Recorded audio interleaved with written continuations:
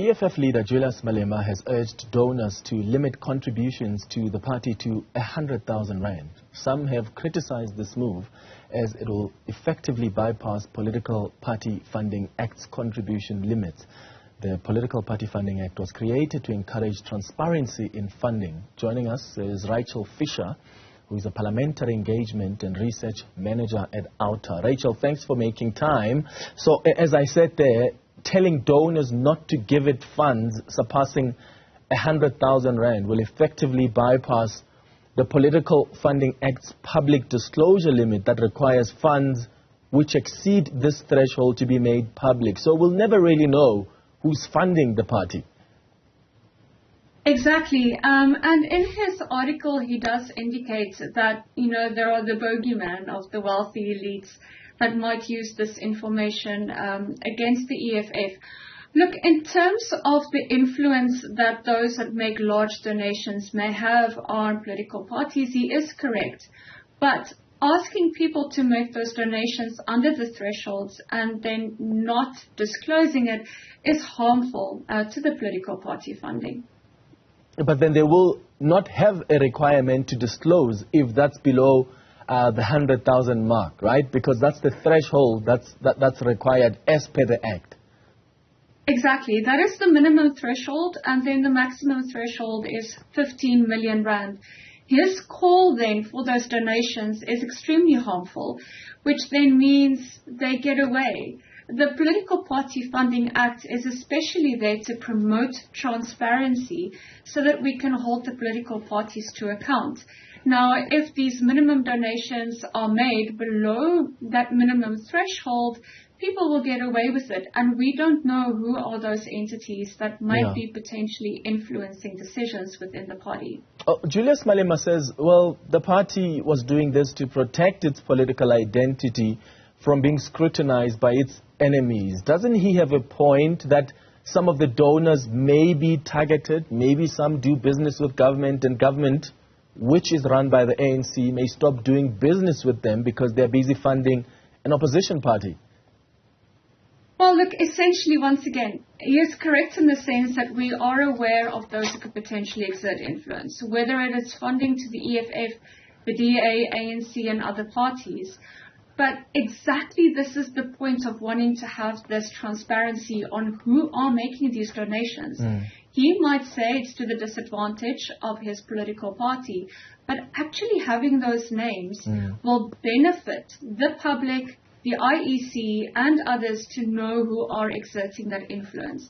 So it's not protecting his party. Instead, it should support his party in the essence of knowing who is making these contributions and then to other political parties, because then we can hold them to account and ensure that there is no undue influence. And perhaps for maybe even members of the EFF themselves, or a member of any political party, why is it so important to have this level of transparency when it comes to these political parties and their funding? You have the right to know that those that you are giving your vote for is working within your interest. You don't want them to work in the interest of those that are funding and donating to them. Essentially, the public must be served. Now, if we are seeing this to and through and trying to actually keep people from making donations within those minimum and maximum thresholds, we are not getting the information the public deserves. And we will see more of this leading up towards the national and provincial elections taking place in 2024.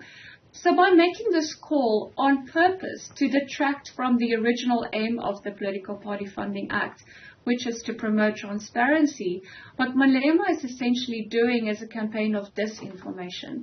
So by saying he wants to protect his party from those interests, he's actually swaying people within those motives, because in the end, the public deserves to know who could potentially be influencing the political party that ought to serve their needs in the first place. Do you feel this approach by the EFF then reverses the gains made by this act? Exactly, it does. And him thinking so also means that the majority of other parties are arguing the same. But we know that other political parties are also very interested in amending those thresholds. They argue the 100,000 is too low, that it should be increased, for example, up to 500,000. As rightly indicated by the research conducted by My Vote Counts, and because they also submitted the papers to amend sections of the PPFA quite recently, if those thresholds are updated, we will at least lose 50% of those disclosures that have already been made. And then they also want to go and amend the maximum threshold of 15 million upwards again, so that private donations can then increase. Now, if all the political parties are doing this, it is systematically taking on the integrity of the original aim of this act. There's a pending court action to strengthen this act, so that it goes further in ensuring that level of transparency and it removes the 100,000 rand threshold. Political parties won't agree to this, will they? No, they won't. No, they won't. So whereas the one can target the other and say, that they're not being transparent, they essentially also want to ensure that their private donations are being protected. What has been seen and indicated by My Vote Counts is also how members of the same family or somebody with multiple businesses can make multiple donations of those upwards to the maximum threshold. So if they can increase these thresholds, if this funding act is not strengthened, then we can see much more undue influence within the same pot. So what My Vote Count wants to do is that the act becomes strengthened. If you drop away the minimum threshold, it means there's a lot more disclosure and transparency. And if the upwards is strengthened and even lowered itself, we can again see who are those making the greatest contributions. And then, of course, if there's some form of a monitoring system in place that looks at trends over time, and then to see who are the individuals or businesses making donations and whether they are potentially advantaged in terms of tender and other procurement processes, we need to be able to identify those individuals to make sure they don't get other benefits that is not within the interest of the public. Essentially, we wish to avoid another state capture occurring. Yeah, and I think the State Capture Commission has demonstrated to us how the governing ANC in particular has received monies from alleged corrupt business people, businesses that have received tenders that were corrupt from government, and they had in fact just charged government more than what the products would normally go for, and then ultimately you have kickbacks then that followed afterwards.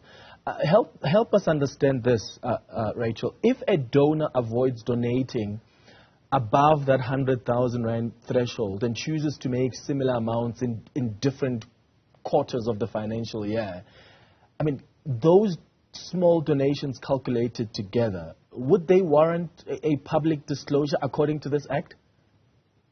If they make smaller donations within the same quarter that is then disclosed, if those cumulatively do reach the 100,000 threshold, then they will be disclosed, yes.